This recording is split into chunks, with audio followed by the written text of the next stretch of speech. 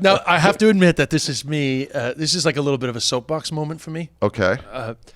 I am not saying that free speech isn't an issue in the United States. Yeah. But having lived through 2 years of Chinese comedy and then having watched what's happened to Chinese comedy since, which has gotten quite The bad. squirrel joke.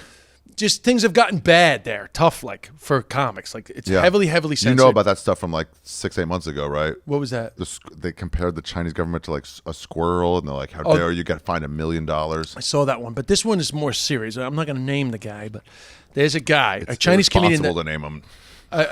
There's this guy I know that he was really kind of starting out in the early days. I don't remember him actually, but he actually once said in an interview that I was one of the inspirations for him realizing that you could make a living from stand-up comedy. Oh, interesting. Right? Okay. So he became very famous in China after I left as one of those initial 脱口秀演员, one of those initial stand-up comedians, and killed it. Big career, big money.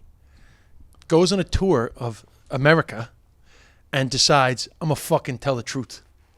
And when I say tell the truth, he does what would be considered very tepid critical humor about China.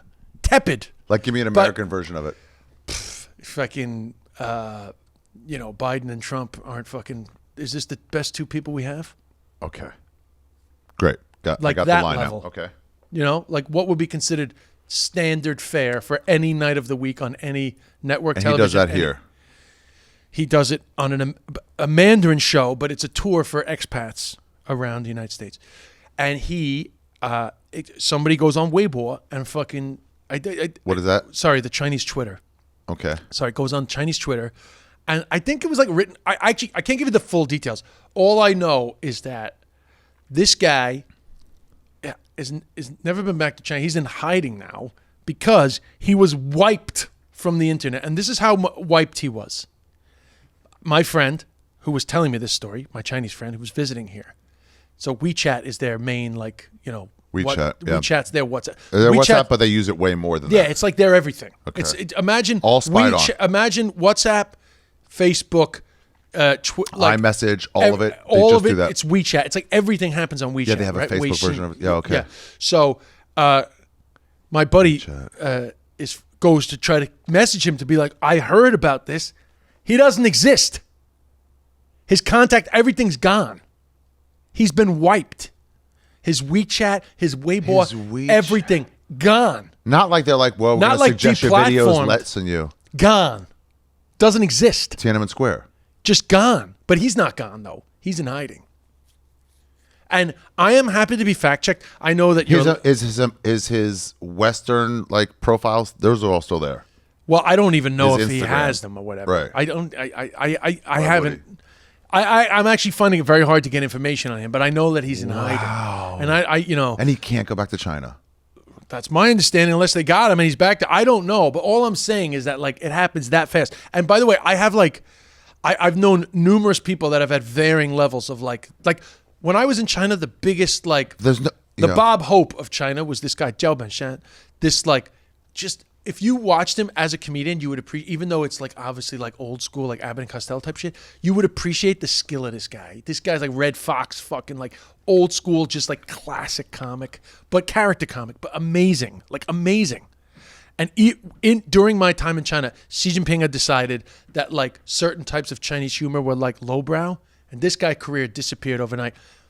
Didn't even say anything wrong. We're just not going to do that. No, he was we're done. not doing sex His jokes career's anymore. Over. Canceled, but canceled forever. Obviously, we know now that cancellation is an inconvenience. Not in China. Canceled, really canceled, right? And then B Fujian. So there's a guy called Lao Bi. So people call me Lao Bi in China, but it's kind of a joke because there is a famous Chinese comedian with the same last name that I picked. Yeah. And while I was in China, this guy was the most famous guy. He's hosting. He's like Ryan Seacrest, a little bit older, but he's hosting the New Year's Gala in China, which is the most watched TV show in the world. 1 billion people watch that shit, right? Possible, yeah. Every year, the Chunwan, the most famous. He hosted it, does a corporate, and he sings some old joke about Mao, some old fucking joke song about Mao Zedong, who fucking is a nightmare historical figure, but they have decided that he's been resurrected, so he's 30% bad, 70% good. You know, right? Yeah, they have his picture everywhere. Yeah, and, right? And I'm like, didn't he kill like? He was a disaster. He's a terrible 30 leader. million Chinese. Yeah, in every way, he was a bad leader. He sings this dumb, jokey song. He's over. His career's been over since. Yeah. So like people really get what Like they the Dixie Chicks got it. They're still touring. They disappear. They're just man. not arena acts. They're massive theater. So here's my point about, and I'm all for the free speech arguments, but when people talk about, because I hear people compare it to China. You will never understand that level. Yeah, but here's the thing. It's like, we have free speech here because, yes, it's inconvenient when certain corporations or certain aspects of the media decide you are no longer eligible. That is fucked up. I'm not defending that. But what we have here is, so here we have a flowing river. And if they decide to block the river, here the river can divert and find a new flow. And actually, that new flow, as it turns out, is pretty fucking cool. You make a lot of money on that flow. Yeah. Right? And that happened pretty quick. My buddy said this about cancel culture. He goes, we should all be thanking whoever started it. Yeah, because we're all actually so there's a lot of successful money because of it. in the tributary that came. But in China, they fucking dam that river.